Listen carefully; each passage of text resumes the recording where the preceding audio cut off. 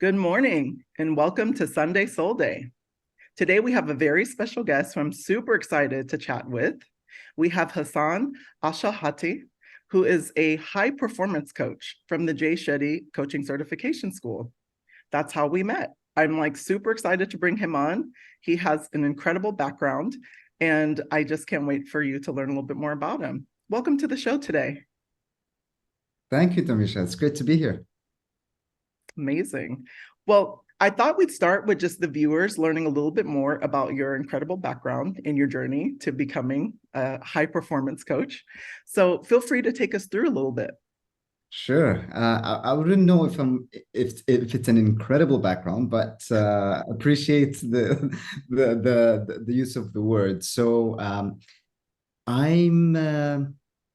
I'm an investment advisor by profession. So I've been in the financial industry for the past 15 years. And I'm originally from Yemen. I grew up there until I completed my high school education. I then moved to London where I did my undergraduate, and then I did a master's degree, worked there for a short time. I relocated then to Dubai, and in 2018, I relocated then to Cyprus, where I currently reside with my wife and my two daughters. Thank you so much for that. And the reason why I say it's incredible is because you've lived in so many different places. And, just having that experience alone, I think is, just really colorful to your background and probably expose you to a lot of really cool things. So I will love to take it back a little bit, like starting where you grew up. And I'll let Ali ask the first question. Hi, Hassan. Hi, Ali.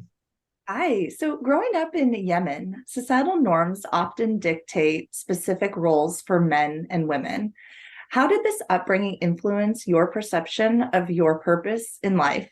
And how did it evolve during your transformation? Yeah, absolutely. So Yemen is a country in the Middle East. It's located, if people know the geography there, it's just south of Saudi and to the west of Oman. So it's about the size of France, and it's one of the poorest countries in that region. Growing up, I was the youngest brother, and I was always curious about life. So I used to always question things, think a lot on my own, and spend time playing on my own as well. I have three older brothers and one older sister when I was growing up. So there was a lot of commotion happening in our household. There was a lot of action. There was a lot of people coming in and going out. So it was a great household to grow up in and to see the dynamics as well.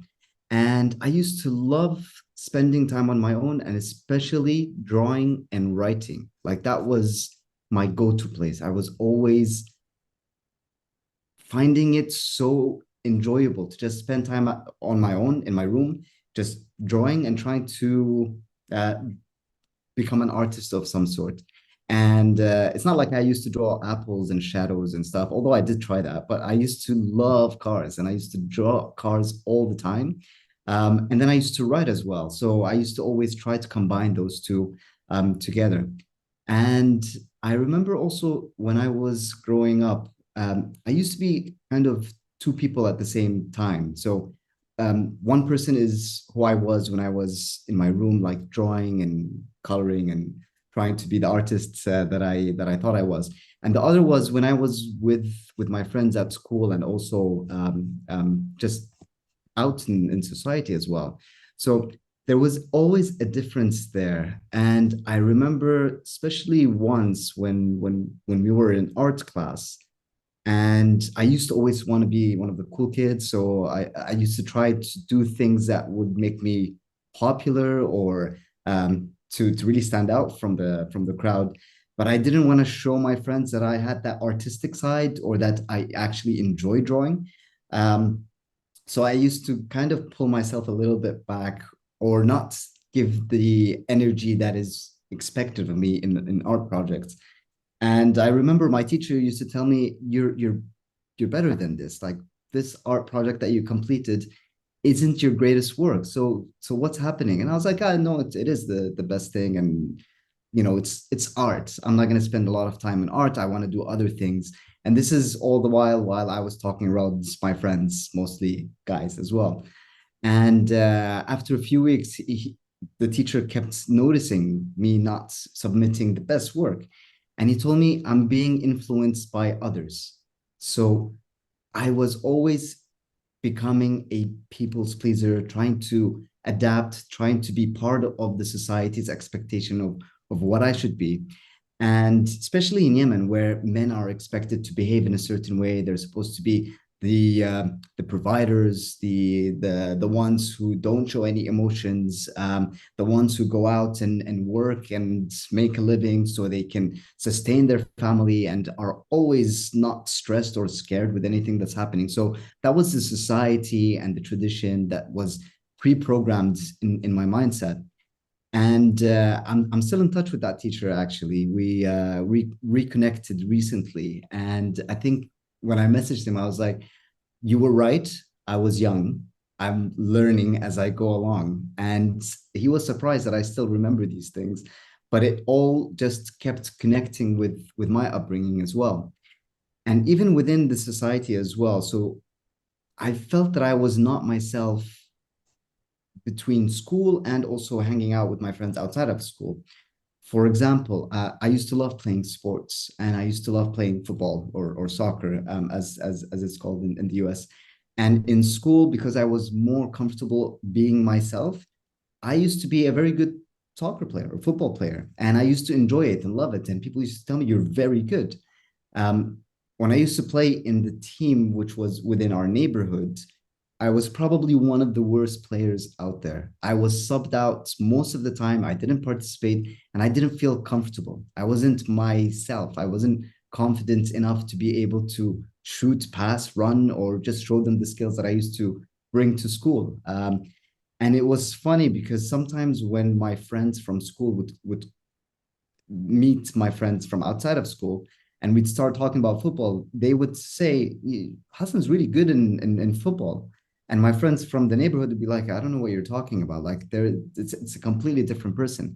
And I used to be very quiet because I was kind of shy, didn't want to be exposing myself too much, wanting to protect my identity, wanting to be appreciated and loved by everyone as well. So it was a different type of society and upbringing that really pulled me in all directions. So I felt that I was kind of being exposed to a different type of society, especially once I was in my education, studying and traveling.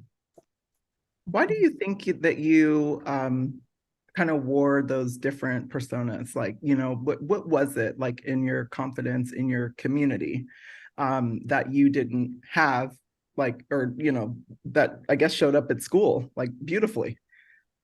Yeah, I'm not sure, but like when I'm reflecting on it, I feel that probably it's something to do with my upbringing as well. So my Tell us. parents my parents are lovely. Like they rose us, they brought us up to be the best people that we are. But because of the big family and my parents were always busy, I felt that there was maybe a little bit of neglect or unappreciation to the person that I was, or like my experiences or talents or things that I was doing. And it's not because they were doing it on purpose. It was just that things were really busy.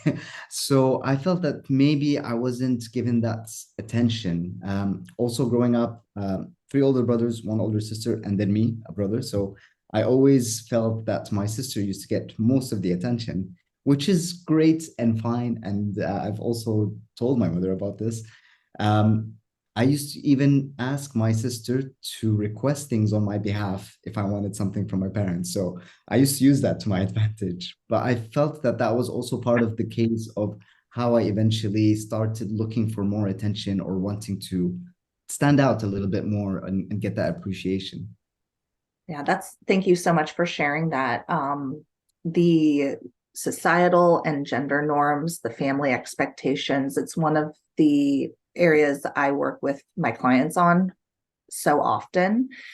There is this fear of failing in the eyes of others, the eyes of their family, their community, society, and not needing milestones, gender norms. And we work to get to that place of individuation and detaching from our family of origin, from our religion, our society, whatever that may be. And I love Denisha's question about what was it in us at one point where we're going along with those expectations, and what did we need in order to go in that different direction of the self is most important. Yeah, absolutely. And I love that you touched on that, because it's like kind of a taboo or a stereotypical thought process that we shouldn't take into consideration. So thinking about our identity, or like our upbringing, or our family, or like the tradition, and my parents and my grandparents and great grandparents, and all of these society's way of dictating how we should be and behave as we grow up, really influence the way that we act and become as adults. So it was a tough realization to go into that thought process, to try to dissect and understand where all of those emotions, behaviors, feelings are coming from. Thank you so much, and so beautifully articulated as always. Before we kind of jump into questions about your career and things like that, like I'd love to learn, like, where did you meet your wife, and how many children do you have? I know you have children, beautiful children.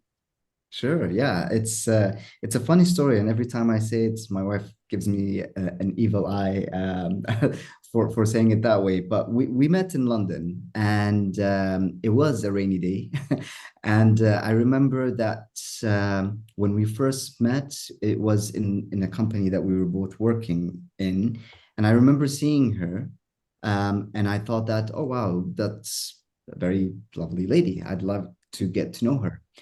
And coincidentally, the next day, I bumped into her in the tube, in the underground, the train that takes us to work. And it was raining. And because I got really tired of getting wet, I had an umbrella. So as soon as we left the station, I went up to her. I was like, oh, hi, we were in the training yesterday together. And she's like, oh, yes, hi. Obviously, she thought that I was some creepy guy. So I made it even more awkward and asked her if she wants to join me under my umbrella. So she was like, absolutely not. And I was like, okay, you'll get wet. So we walked into the office. I was completely dry and very professionally prepared for work, while she was a little bit soaked. And I remember as soon as we walked into our building, there's an escalator that you go into. You just need to tap and you go into the building. I used to always forget my badge. So I had to create one, and I can see that she tapped and she went up, and I was like, you know, it's how it is. This is what usually I get to see. The women don't treat men in a way unless they get some sort of gratification or present or recognition. I was like, yeah, she just left. So I got my ID badge and I took the escalator and I reached the top, and she was waiting for me. And I was like, oh, you're waiting for me. She's like, yeah, I mean, we walk together. So I'll, you know, out of courtesy, and it's the way that I was brought up, to just wait. And that really stuck with me, because I've never thought that someone that I just met would give me that kind of connection. So we didn't even know each other's names, but in our badges we have our names. So I found her first name, and I searched online on our company community until I found her. And then we started chatting and got to know each other. And she was living in London, but was going to relocate back to Cyprus, where she's from, in a few months. So she used to tell me that she never wants to go out with me because there's no point. Eventually, we became very good friends, and then she found a full-time job. And when she did, I actually found an offer to relocate to Dubai. So once we started connecting, I told her that I'm leaving. And it was only after I left, she came to visit. And then we realized that there's a lot between us that connects us. And it's funny because I always used to reflect, even after we got married and had kids. I used to always tell her, we don't have anything in common. You're from Cyprus, I'm from Yemen. We don't speak the same language. I like guitar. You like Greek music. We don't like the same foods. We don't like anything. So there's nothing that really connects us. And it really pulled me back. Why doesn't anything really bring us together? And I realized that there's something more powerful that brought us together, other than the lovely rainy weather in London and my umbrella, but it was our values. So the way that we connect and love each other and respect one another and care for the greater good. So we always want to see that people are their best type of person that they want to be. Family comes first for us. Health is so important. So even though that we have different traditions and brought up differently, we still have those values that continue to drive us closer to one another. Obviously, we don't listen to the same music all the time. We do have some commonalities, especially with Coldplay and their concerts. But that was one huge realization that I had leading up to like the transformation that I went through. So yeah, and we have two daughters, Sarah and Maya. They're 4 and 2, and they're also a very big part of my transformation. I love it. Thank you so much for sharing. I love that. I love the umbrella story and then the rain. And, it's sometimes those differences, make it even more of an interesting relationship. But I love that you guys are rooted in your values and in your purpose together. Yeah. So love that. With a successful 15-year career as an investment advisor, what were some of the challenges and emotions you faced while feeling unfulfilled and kind of sad about your life during that period?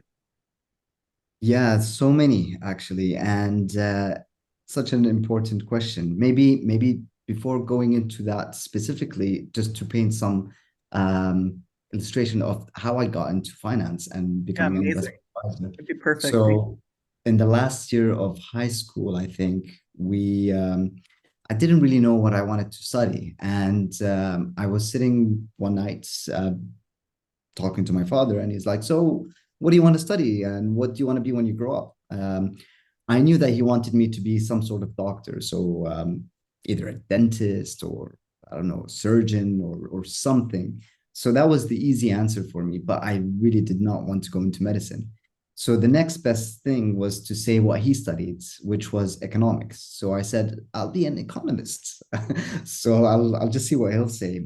And he said, yeah, that's great. And, you can go into finance and you can become an investment advisor and work in a bank. It's great. You'll provide for your family. And it's a very good choice that you're making. And that was his way of finding what was a purpose for me. Now, it's not bad advice. He just wanted me to have the best life and also to be able to live a great and very experienced, full life that's beneficial. But it wasn't something for me. Like it wasn't the advice that I needed. It wasn't connected to who I was. The person who used to spend hours drawing and coloring and drawing cars in his bedroom. So it kind of created that disconnect. But I went into economics and I studied finance and I loved everything that I studied and I continue to love markets and stocks and bonds and portfolios.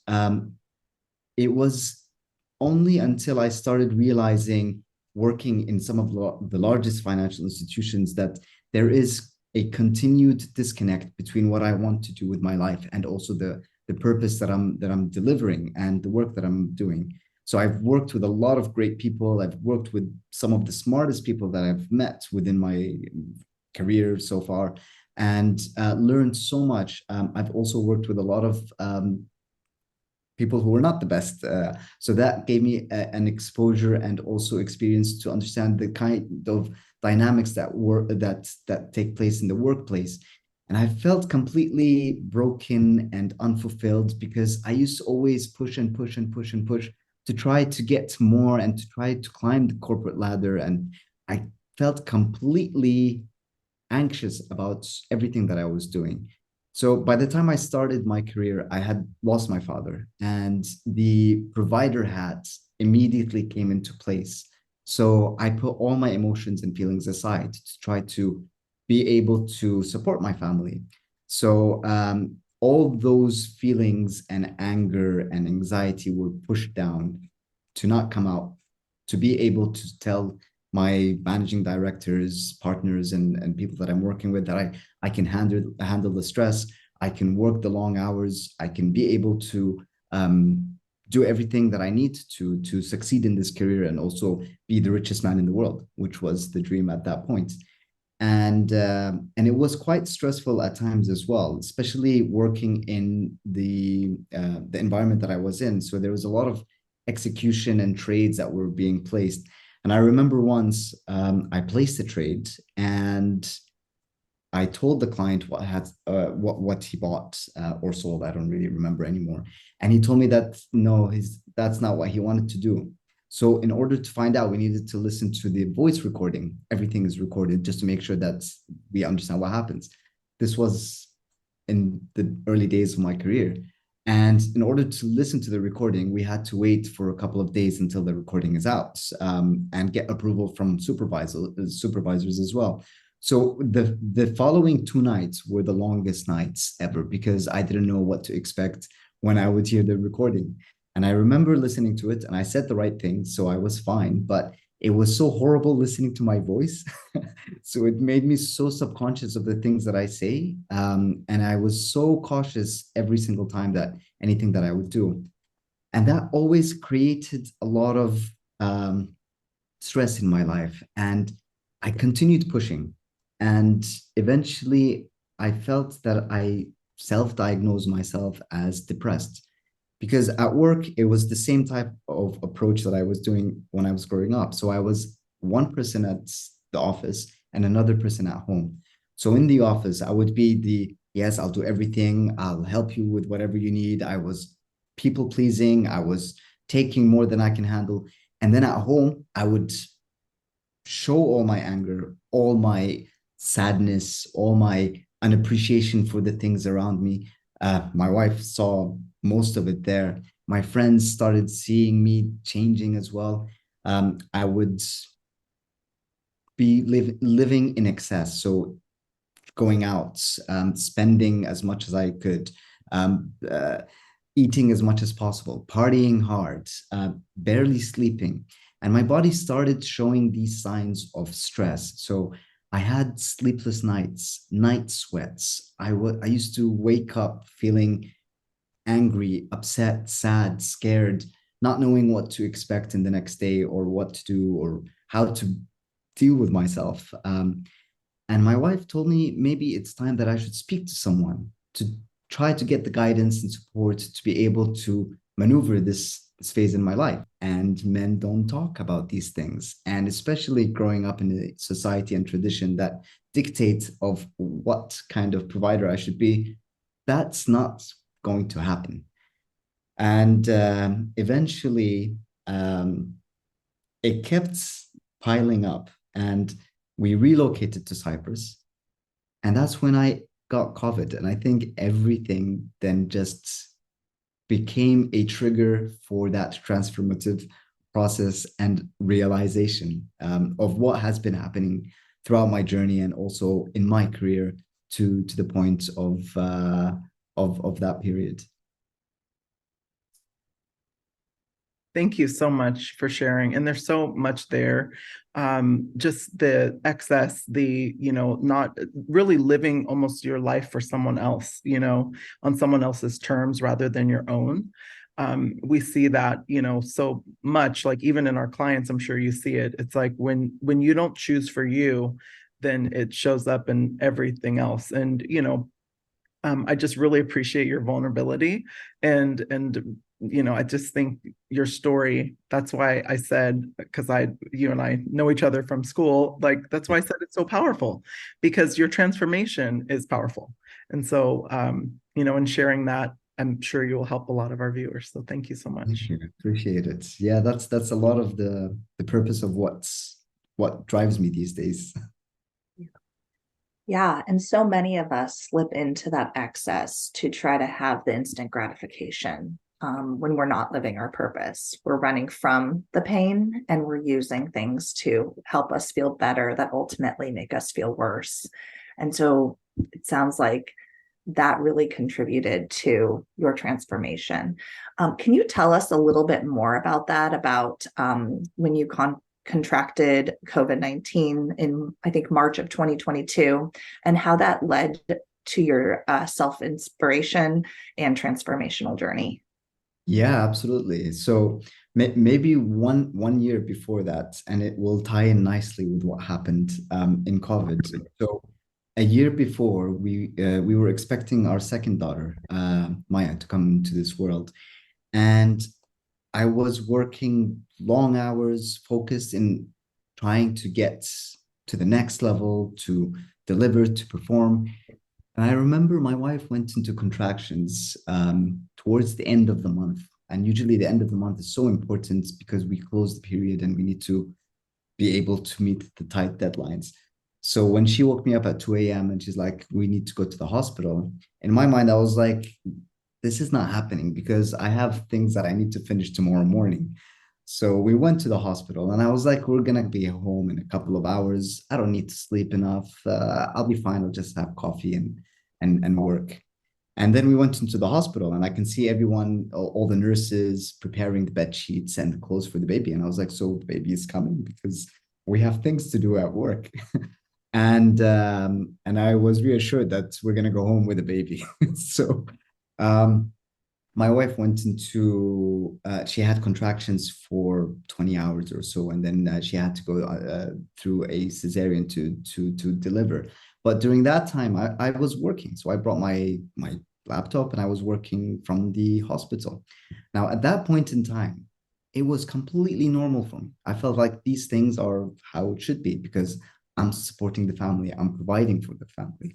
It's only years later that when I shared that story that people were telling me, you're crazy. And I realized the things that I was doing and saying did not align well with the values that I have instilled within me and also how I want to provide for my family, but in a loving way. So Maya comes into the world and she's completely different than my other daughter. She doesn't sleep very easily and likes to be rocked for a couple of hours before she sleeps. At that point, after 6 months of going through this, as a loving father, I used to get angry with her. So I used to be so upset because I'm giving her so much love and attention that I felt that I didn't get when I was a baby, that she's not appreciating it. And she's 6 months and I'm expecting so much of her, but she's just probably telling me I need more milk or change my diaper or just love me or hug me. And that created a very strong conscious decision in me, realizing that this child, this being just needs my love, nothing else. And I will never act in the way that I did. And it's not something that I did to her. Like I would get angry and go somewhere else and express my anger, but it was completely unhealthy. So the journey continues with the long hours and trying to deliver and grow and perform and show the people that I am able to handle all the pressure and the stress.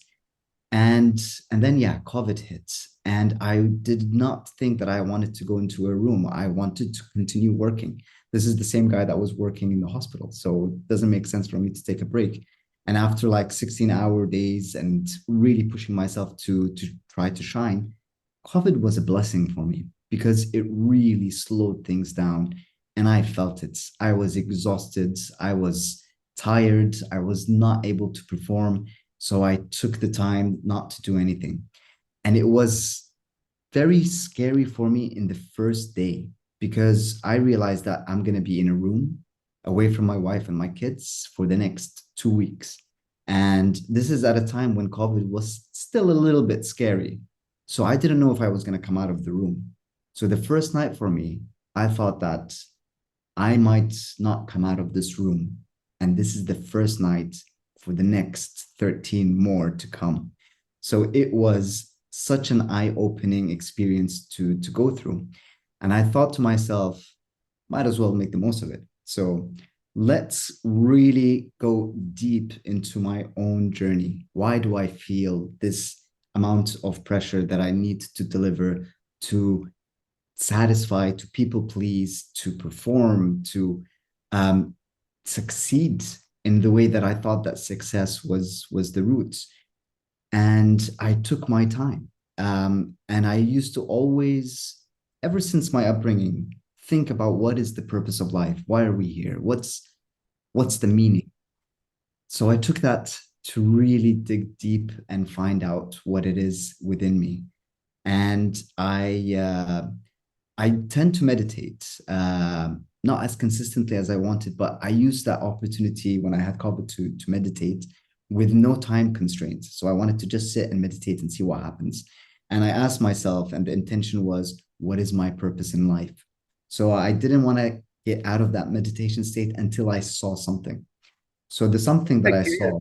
Can I just say what a gift you gave yourself during that time? Because I think like a lot of times people would have been so worried about COVID and, getting better or getting back to work. And you did the complete opposite, which is just pause and be still. Yes. I love that. Yeah, I'm sorry to cut you it off, but was I just so important as well, but it's so true. I mean, you saying it that way, because now it makes me realize that I did actually stop and pause and see it. Because I was just like, just go, go, go, go. Don't stop. Just keep grinding and growing and getting more and more and more. So that pause was so important. And I I saw the word solve when I was meditating. And that word to me didn't make any sense because I didn't have a problem. I wasn't a doctor. I wasn't an engineer or a lawyer to solve some case. So I slept thinking about that it probably was serve, not solve, but I saw something differently. Maybe I should wear glasses when I meditate. But then I woke up the next day and I came across a podcast interview with an author. His name was Mo Godat, and it was on a podcast with Stephen Bartlett's Diary of a CEO. And Oh, good podcast, by the way. very good. Yeah, I watch it almost religiously now after that. And this author used to be an executive in Google. So he had all the toys that anybody can imagine and was living the executive life that I was on my way to become the same thing. And he tragically lost his son suddenly, unexpectedly as well. And that motivated him to write a book about what is happiness. And the book is called Solve for Happy. So as soon as I saw the word solve, I was like, this can't be how I'm figuring these things out. And it was just like everything started appearing. And I said to myself, this is what I'm going to be doing in the future. If I continue down this path, I'll be extremely unfulfilled, unhappy, stressed, probably have some diseases because of all the stress and pain that I keep carrying with me. And decided then and there to change my life. So that meditation transformed me to come out. And I told my wife, I'm going to be writing a book. So she was surprised. She thought it was a joke. But I was quite serious that some change needed to happen. And I started writing a book. Wow, that's incredible. Thank you. Yeah, and Demisha hit it spot on with mentioning how you could have gone one direction and continued on and you paused. I want to go back really quickly and just kind of validate you on your vulnerability around work obsession or maybe even addiction that so many people struggle with. You hinted at some anger, which we all have anger inside of us, and to be able to be aware of it, to identify there's some anger there. This, the new parent experiences, we all get angry with our children, and all we want to do is give them love, and they have, needs. And to be so vulnerable about that helps so many parents. Thank you so much about that. Yeah, absolutely. Yeah. And so when you were in I want to go back to the solve. When you're in that moment of meditation and you saw that word written in front of you, how did this change you for your life's journey? Can you tell me more about that? I know you touched on it, but can you tell me a little more about how it completely changed you? Yeah, it was eye-opening, because I've never really thought about what meditation can bring out of the process. And it wasn't someone that came to me and gave me an object or some physical aspect that I can take with me. It was me sitting down and deciding to go through that process. So that that change, and I realized this now, that it was the chance that I took to take that change and create something from it. So I could have just came out and said, that's nonsense. That word just popped up because I read something somewhere or saw something, which could be the case. And that person who wrote this book might not have anything to do with me. But I still felt very sad and unhappy and unfulfilled with my life. And I didn't know why. Like, I just kept feeling that there is a complete disconnect with what I'm doing. And everything that I was doing was exactly what my father had told me to go into. So studying finance and working in a bank, worked in some of the biggest banks with great people, had my career in front of me to become successful as well.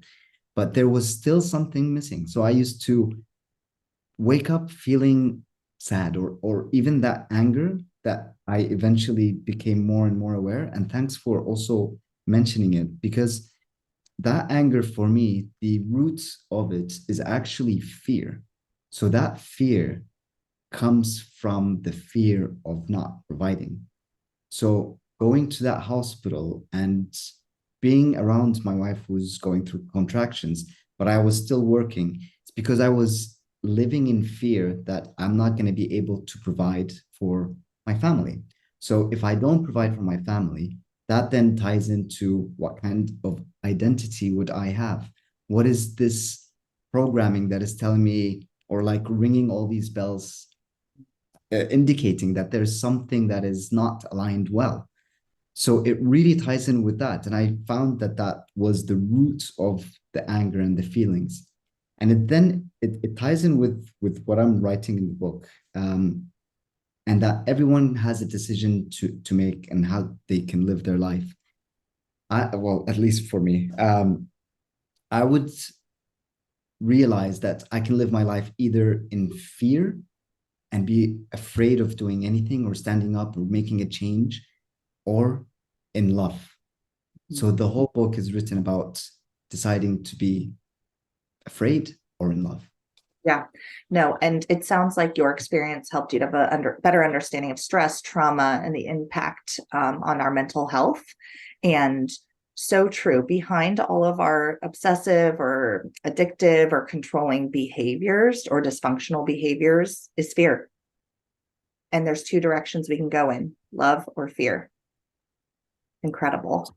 Yeah, thank you for painting that for us. Yeah, I love that simplicity. And you just are so spot on. You already kind of touched on your book a little bit. And are you completely finished with it, or are you still working on it? Because we're very excited to read it. And just so you know, Hassan already has a book out on Amazon. It's a book of poetry. So we'll be sure to link it in the description so you guys can check it out. But is it almost finished? Thanks for pointing out that there's a book already out there. But the I had book, to. yes. And yeah, the book it's a novel. It's a fiction story. It's halfway there, and I wrote it last year up until October. And the idea is that the story follows a boy who's brought up to be emotionally and physically abused. And I used a lot of excess there to try to paint a picture. And this boy eventually grows up to struggle and suffer from mental health challenges. the message of the book, and this is probably the first time I'm gonna say this, is that there is an acronym or a tool or a technique that he can use that's gonna be shared with him, which is called the mental acronym. So the mental tool or technique stands for meditate and breathe, enjoy music, nourish your body, take time to laugh, align yourself with your goals, and live with society.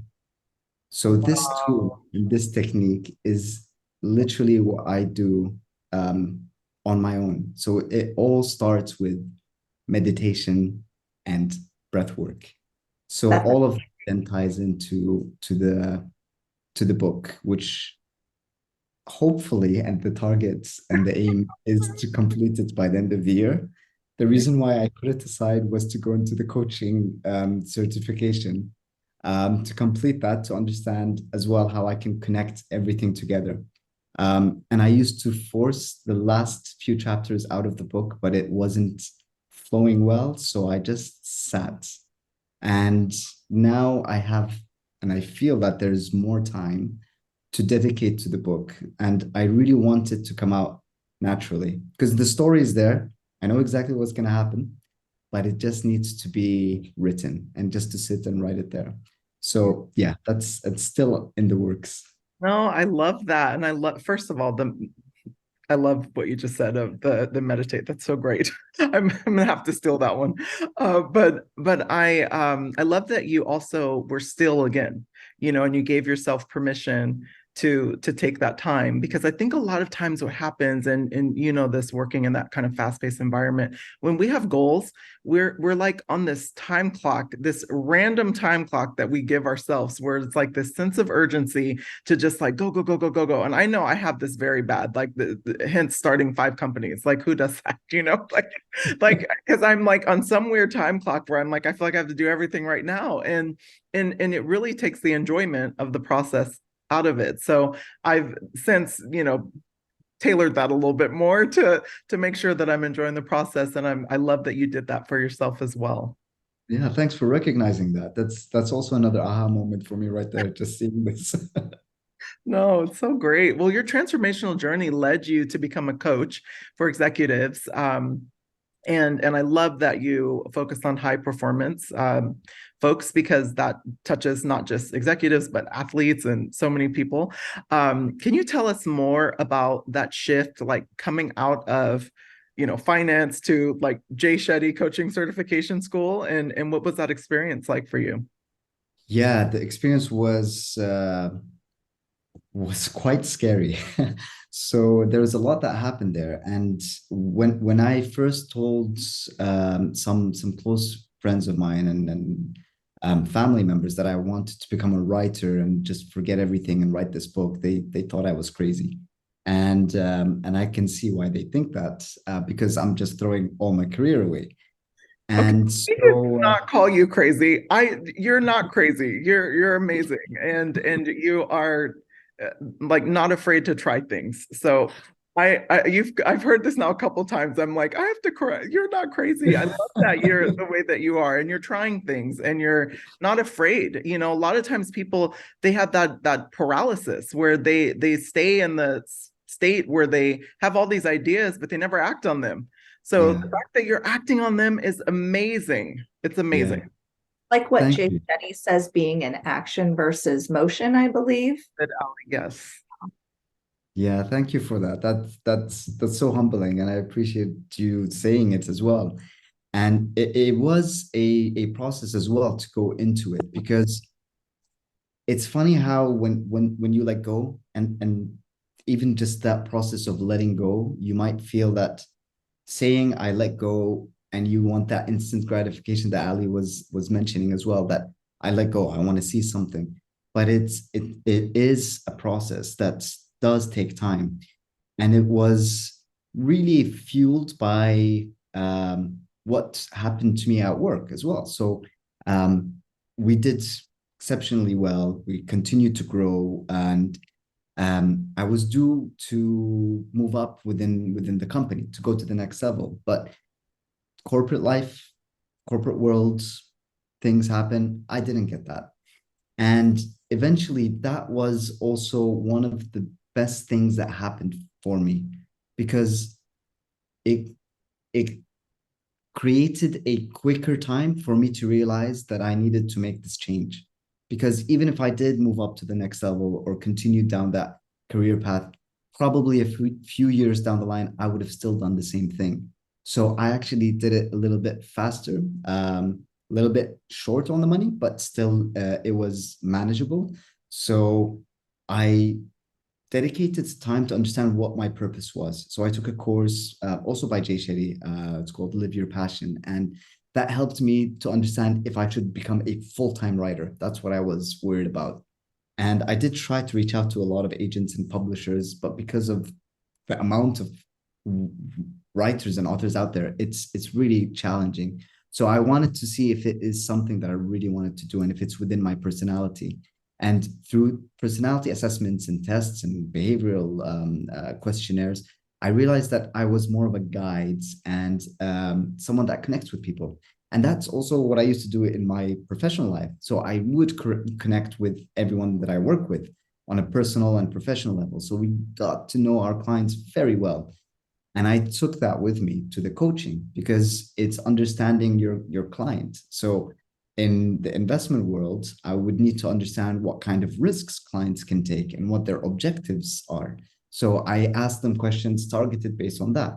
In coaching, I implement that and apply it on a more personal level to try to help my clients to achieve the goals that they want to reach to in a quicker time. So, and even becoming a high performance coach, the way that I tend to assist my clients and guide them is not by doing more. So I don't push them to try to do anything that would create a disconnect or make them feel stressed to continue growing. It's actually sometimes doing less that would achieve more.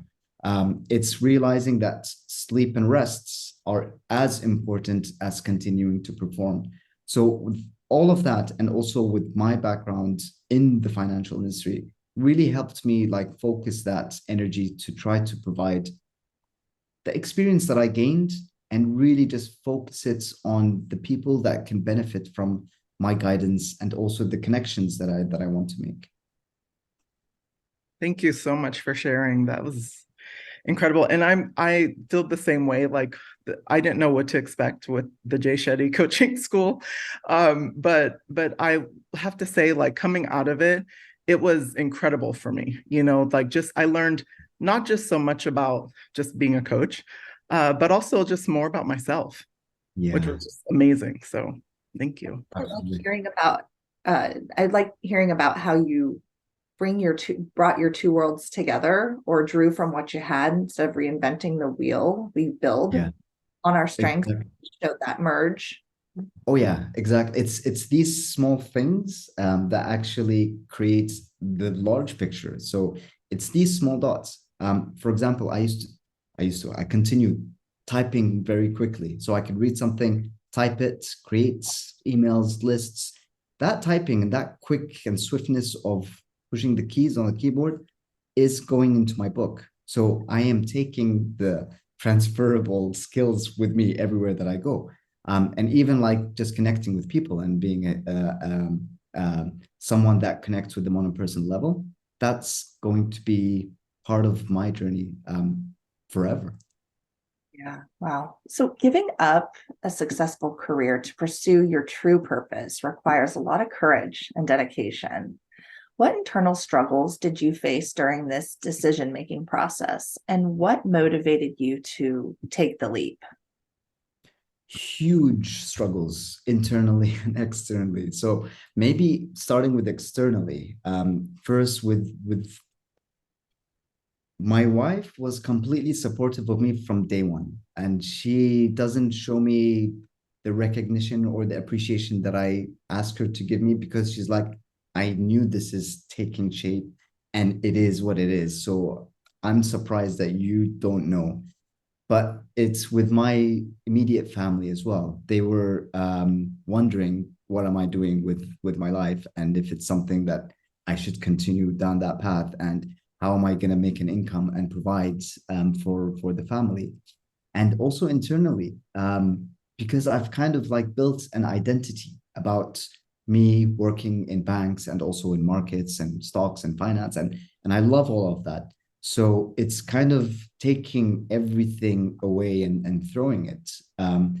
So that internal struggle, and also realizing that, what about my degrees and my connections and the network?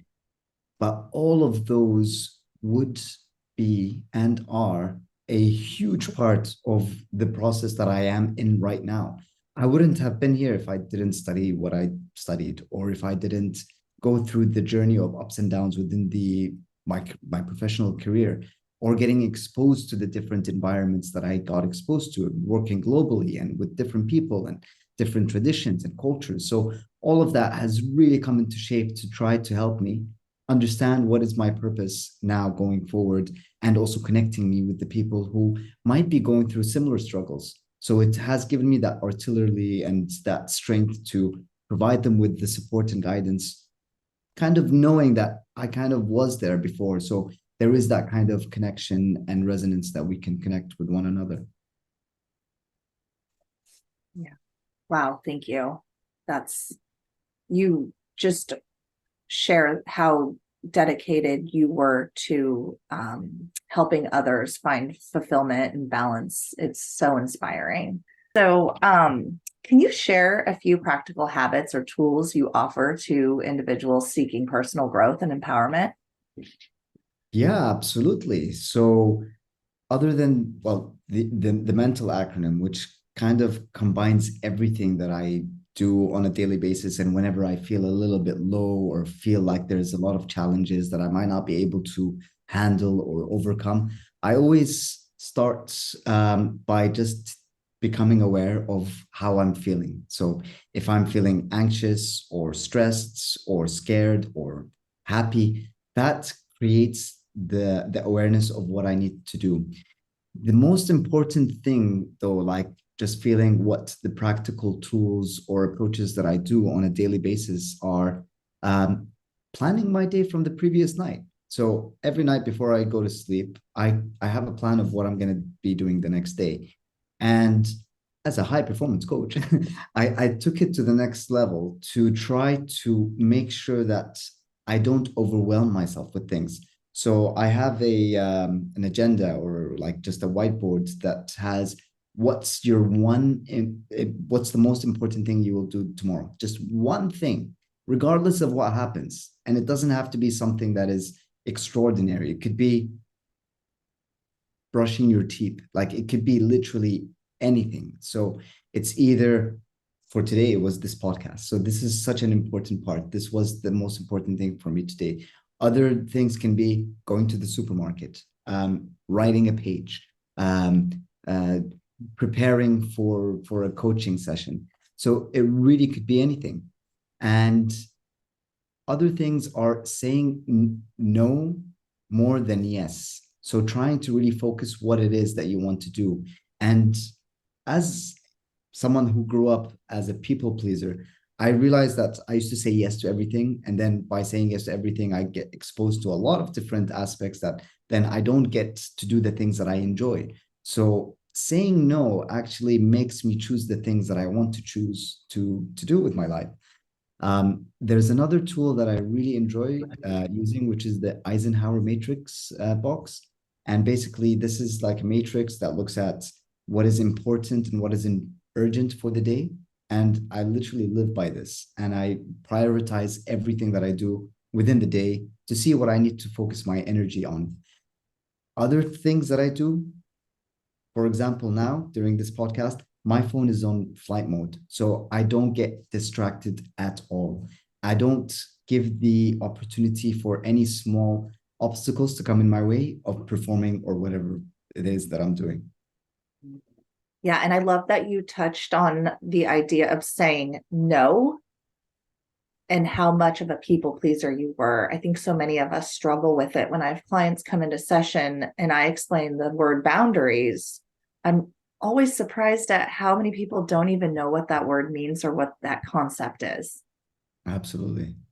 It's easy to just say yes, and sometimes we feel that we're obligated to say yes. That is the key, is the obligation. And also I think it's the disappointing of others, which is hard for us to, deal with. I am a former people pleaser in some ways, like People pleaser. in my early 20s, I'd say I had it, pretty bad, where I put others' needs in front of mine for years, because I thought that that's what I was supposed to do, and so I love that you touched on that. And also too, on the distractions, that is so good, because I think like we're in this world where like we have so many things coming at us, like from social media, news, our families, our friends, and there's just like so many things that can pull us out of, what we're doing, and that purpose that we have for the day, Totally. or intention. My word is intention of the day. What's your intention of the day? And so, Love that. like I have to turn my phone off as well, and I do it in pockets, because I also enjoy, creating content, and so I do it in pockets. But that is like so spot on. I think like when more people do that, then they're able to really focus. So love that you mentioned that. Well, you do a ton of things, and I'm just so curious, like, how do you, besides the mental acronym, which I think is so amazing, how do you fuel your soul? Like, what are some practices that you put in place? Yeah, refueling and recharging is something that is so important. And one thing that really recharges my soul and my body and everything that I do is music. Like I love music. I kind of play the guitar, and I sing.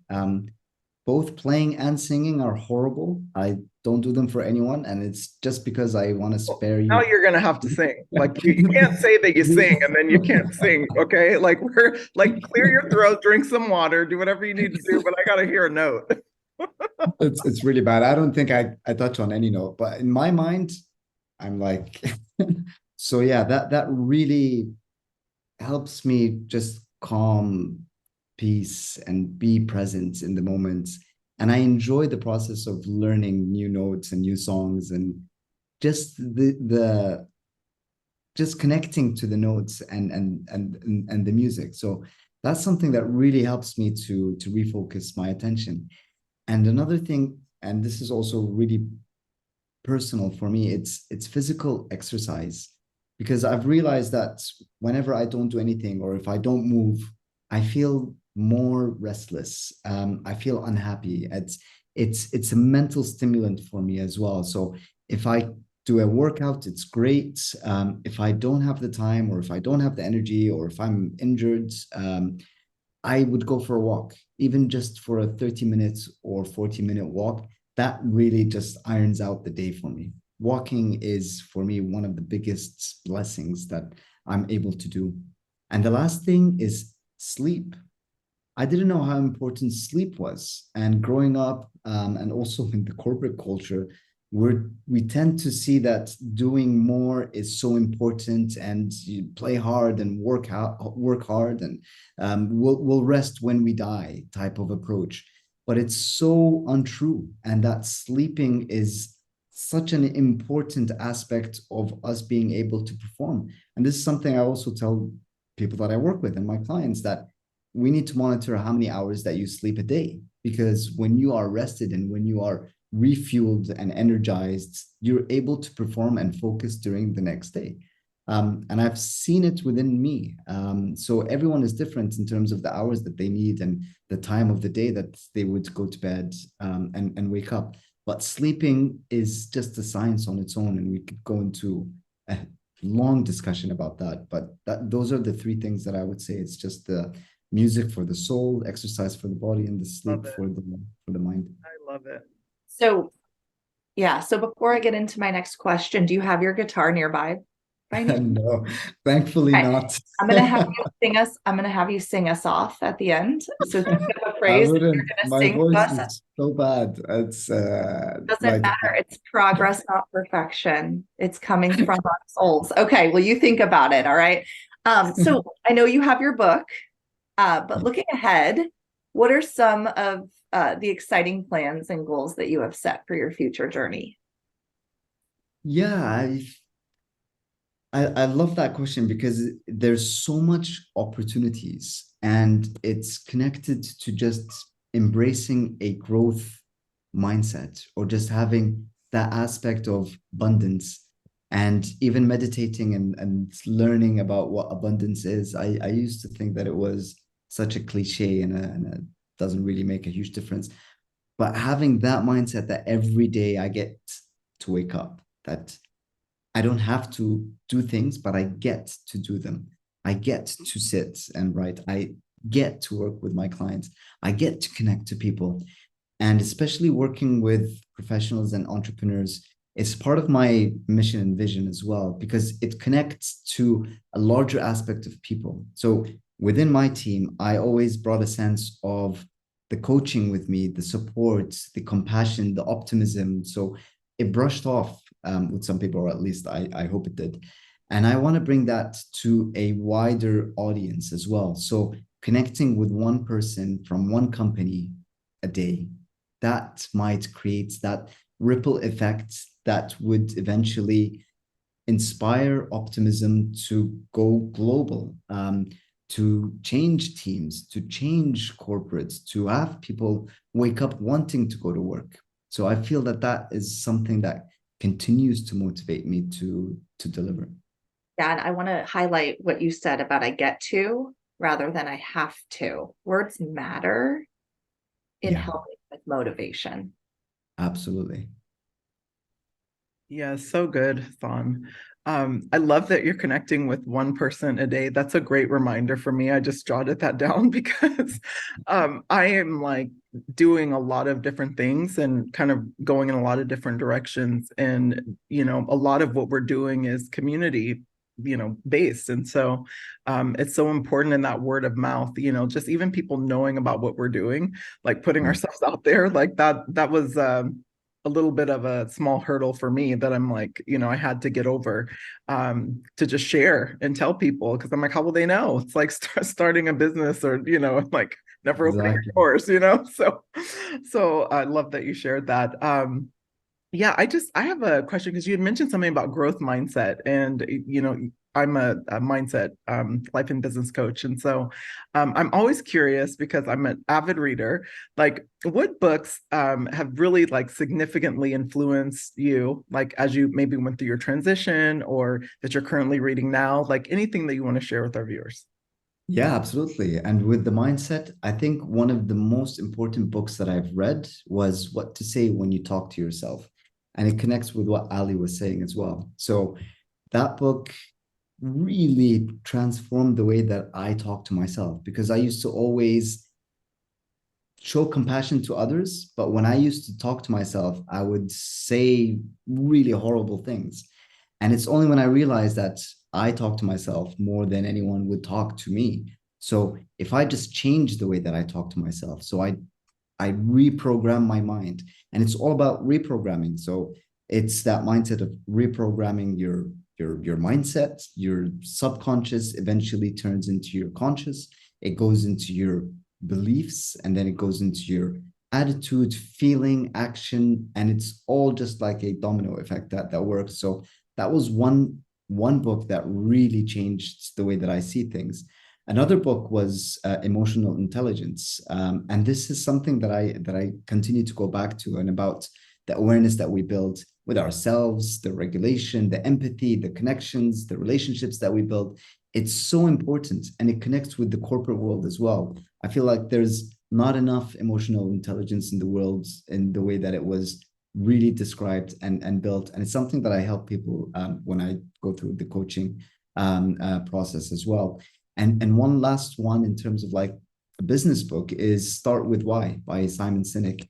That's such a great book. And it's all about purpose. And all the stories that he shares is how people the great people really find what it is that drive them, and it triggers and fuels that motivation to continue doing things. Maybe one more book to mention, because I also got into the spiritual side of things, is Eckhart Tolle's The Power of Now. That is one eye-opening book that also has helped me with my meditation and grounding and presence and oneness. So love that book. Cannot recommend it highly. These are such great books that you recommended, and I've read 3 of the 4, so I'm definitely going to check out the first book you said. Can you say the title one more time to make sure I got it correctly? Yeah, it's What to Say When You Talk to Yourself. Oh, so And, good.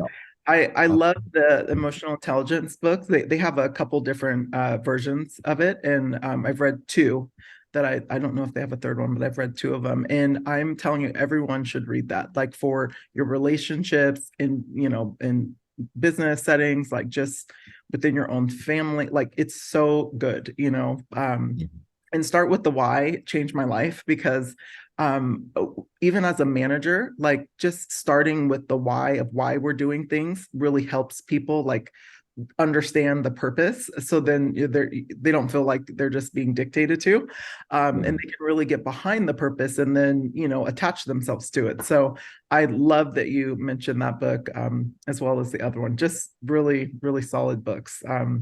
Thank you so much. My pleasure.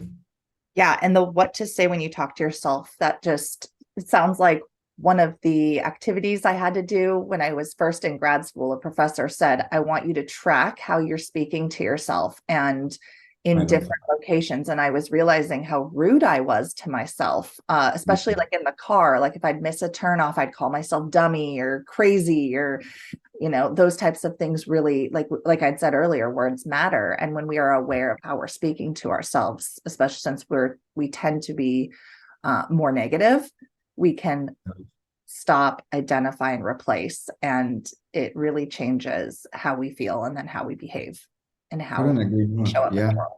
Yeah. Yeah. So where can people find you? Well, I'm on social media, so I'm active on LinkedIn. People can find me just by searching my name, Hassan M. Al-Shohaty. My name spelling is a little bit different than the common names. I'm also on Instagram under the same name, Facebook, a little bit on Twitter, but mainly LinkedIn and Instagram is where people can find me. I also have my own website, so people can connect with me there. I'm very responsive as well, so I love engaging with people. I actually also have an Instagram handle for my poetry, and it's called Romantic Optimism. There is a lot of philosophy that goes into that name. Yeah, I love that name. And thank you so much. This interview has been just phenomenal, and just more than I even expected. You and I have had multiple conversations, and I learned even more about you. So thank you so much for your vulnerability and sharing your journey with us, and really your purpose and all the amazing things that you're going to do. I am going to hold you to it. I'm going to have you back on the show. I'm going to have you sing for us at some point. So work on your notes. It's happening. I want you playing the guitar and everything. But I'll keep practicing. I'll definitely put that into practice to make sure that at least I hit one note. But I'm also very grateful for you having me, and I'd love to be back. And the things that you share and connect with people, like you're transforming lives as well. So I'm very grateful to be part of this journey. oh my God, thank you so much. Thank you. Almost got me a little misty-eyed. Thank you so much. And it's really a large part of why Ali and I started the show. It's for us too, like it's helping us grow and heal and learn as much as we can. Like one thing that Ali and I always say is we are both teachers and students, and we take that into everything that we do. So I know our viewers are going to love this episode, and thank you so much for joining us. And everyone, have a beautiful Sunday.